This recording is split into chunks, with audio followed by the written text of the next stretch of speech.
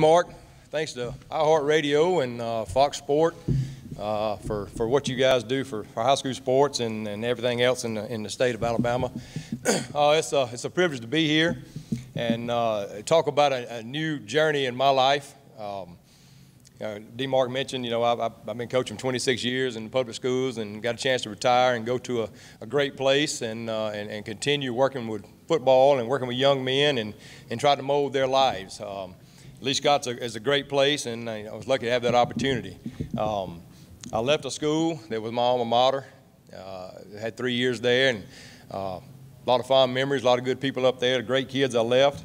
And, we happened to win a region championship last year, which is the first time since 2011. But, that's nothing to do with me. It's all had the kids because of what they did up there and how they worked. But I'm excited about being at Lee Scott.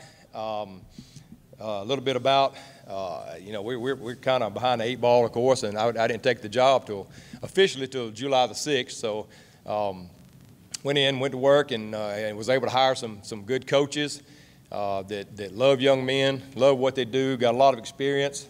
So we went right to work and started teaching these young men what we need them to learn. And they're kind of behind the 8 ball too because, they got 2 new coaches in 2 years, so they haven't learned systems, new offensive system, new defensive system, special teams, how coaches want you to play, how they want you to act, how everything different for them too. So it's new for those guys, but they've done a great job. They've bought into what we've talked about. They've come every day with what we call a lunch pail mentality, ready to go to work, and whatever we ask them to do, they've done. And I think they're excited about the season coming up. It's a different thing for me being in private school. I don't know much about it, to be honest with you. I've been in public school for all these years, but I'm learning fast. They got a little more experience in playing some of the teams that we play, but I'll learn and get right in there with them and hope we can make a good run at this thing. Challenges of being at a private school. Now, Lee Scott's one of the bigger private schools in the state, but still, if you compare it to a public school, it's probably like a one maybe a 2A school. You don't have a whole lot of players. All these guys right here sitting up here with me, and plus about 20 others, we're going to have to play both sides of the ball. They're going to play offense, they're going to play defense, they're going to be on all the kicking teams. So they've got to get themselves in shape. That's the thing. It's going to have to be a challenge for me and my coaching staff on how to practice. You don't have enough guys where you can line up good versus good and get anything done that way. So we gotta be real creative on how we practice and so we can get better and get ready for games without getting people hurt. We're getting forward to lose anybody. Our schedule, just talk a few minutes about our schedule this year. Again, I don't know a whole lot about these private schools, and there's some on our schedule I know a lot about. Our first game with Chambers Academy. I know a lot about Chambers because I'm originally from Chambers County. I coached at Valley for 3 years. A lot of those guys we see and talk to a lot. So they are not a defending state champion, but they won a year before last and actually should have won it this past year. So it's a pretty tough game to open up with on a team of that caliber. But, our guys, I think they're up for the challenge.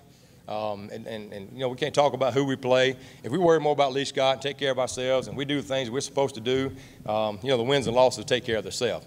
The other school I'm familiar with is Glenwood, right down the road in Phoenix City. Always powerhouse in all sports. So that's another game we got to get prepared for.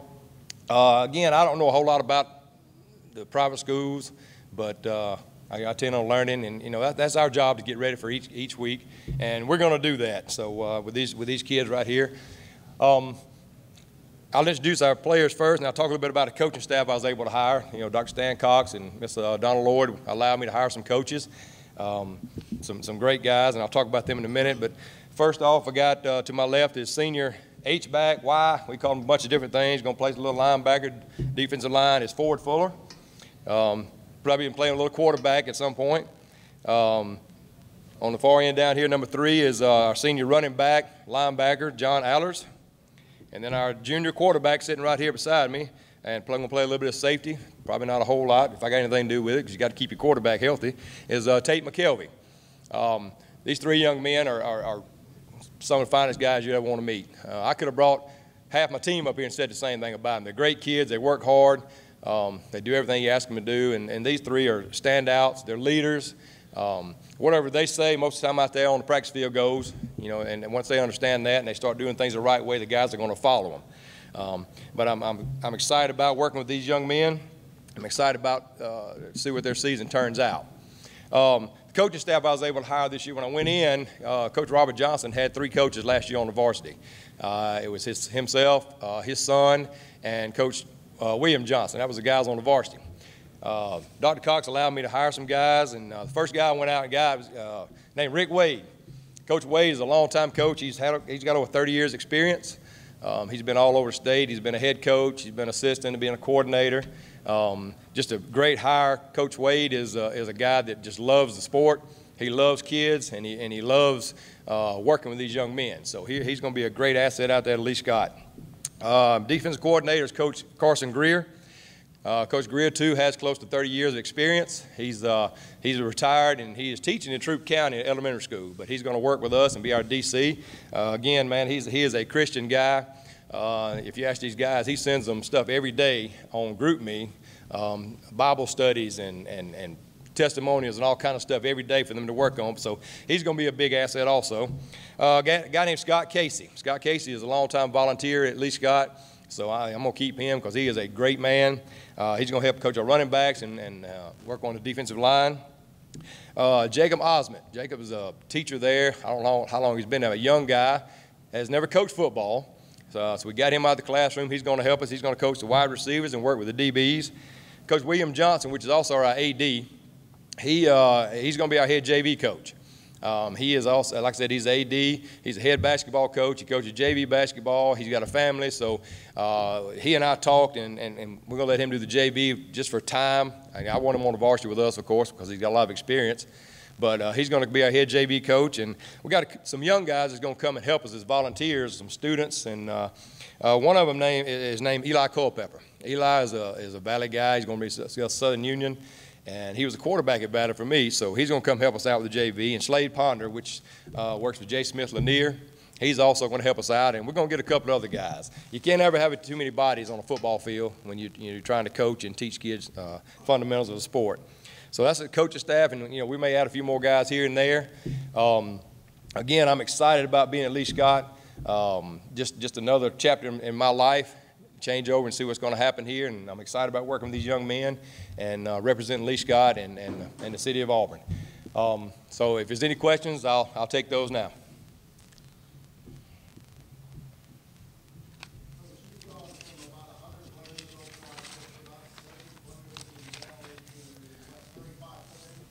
Right.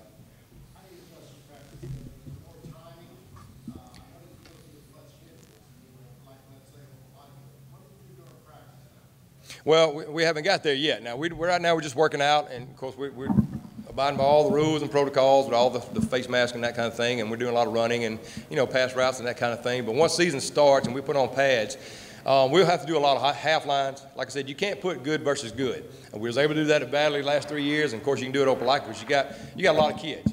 It's just hard to go good versus good a long period of time when you got a few kids, especially when you got a guy's your running back and he's going to be your linebacker. So it's kind of hard to put him on the field the same two places at one time. So that's something we'll figure out down the road, and we just had to make a lot of adjustments. Buster, what has been the biggest challenge for you this offseason in taking over a new program during a pandemic where there was a lot of time you couldn't be with these guys? Well, the pandemic was back. I was still on contract at Valley, so once I got there, we were able to do things. We were able to go ahead and practice and work out and get on the field and do some things. We couldn't have any contact, of course, but we were able to work them and work out and out throw routes and just talk to them, do a lot of teaching. So everybody's in the same situation. I'm just behind a little bit because I'm a new coach. You got some new coaches like at Valley this year. Everybody's in the same situation, so you just have to put in a little more time and effort with these kids. This one's for you, Coach. You've been a coaching veteran in the state of Alabama for years in the public schools. What's been the biggest difference transitioning from the public school way of coaching to coaching in the private schools? Well, the biggest difference that we talked about is the number of kids. That's the biggest thing. The game will be a little different. I'll find out on Friday night. But, when you think about it, football is football. You know, you're going to teach the same way you taught wherever you've been. You know, blocking, tackling, and catching and throwing football is all the same. So, you know, it's just, it may be different kids, but they're all playing the same game. This is a question for all three of the players, so you guys can just take turns. But, you know, going through all this uncertainty in the offseason, and I'm sure some of y'all might have even been playing baseball and had that canceled. What were some of the lessons y'all took from it, more about life and not so much, you know, about the sports part of it? I mean, probably the biggest thing is just you gotta take whatever's coming at you, no matter what it is. I mean, we're getting older, we're growing up, we're graduating next year, and in real life, you don't get to just, oh, hey, there's a pandemic, I can't come to work today. You got to adapt and face change. So.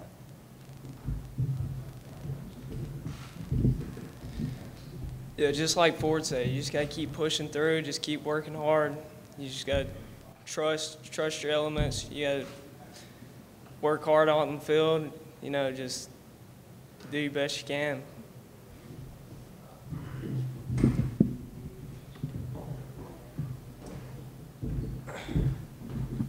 With the pandemic and everything going on with our school system and bringing on new coaching staff every year, I mean, it's pretty evident we've overcome some adversity, but we grow through it. And I mean, in life, you're going to, you know, face adversity and you're going to see changes in everything that's going on, but really you can't stop for anything. You got to keep going. I mean, if you're going to find, you know, your point B, you got to start at point A and you got to work your way towards it. So stop for nothing. For the players, again, for all three of you, you've had to deal with some coaching changes, but what do you like about what Coach Daniel has brought to the program and where Lee Scott is heading now?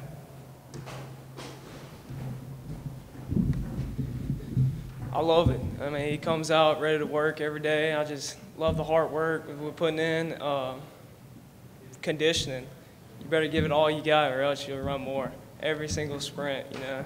It's just, that's what we need right now, to get the football program back on track.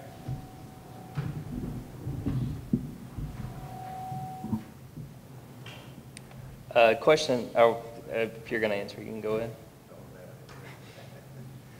ahead. Question for Tate. What has the challenge been like as far as, you know, trying to establish yourself as the quarterback, and how much do you think your experience playing there last year is going to help this year? Last year was a pretty good year from the year before. You know, we won 5 games coming from like 0 for season, you know. It gave me a lot of experience, but I got to compete against myself. Can't look back and look at the past seasons. I just got to keep pushing forward. This one can be for the coach or any of the players. This team went to the playoffs last season. So, you know, what is it going to take to help it, you know, get to the next point, you know, advance on? You guys, you were in a competitive game, you know, in the first round of the playoffs, but still came out on the losing end. But you guys are a playoff team, so what's it going to take to move forward with the program? Well, the biggest thing is going to be just doing what they do. You know, you got to work out every day. You got to compete every day. And I talked to my kids just the other day about 2012, the Opelika team. I said, you know, we weren't the best 6A football team in the state, but we made it to the championship game. Because once you get in the playoffs, things happen. You know, you just get there first and let it happen.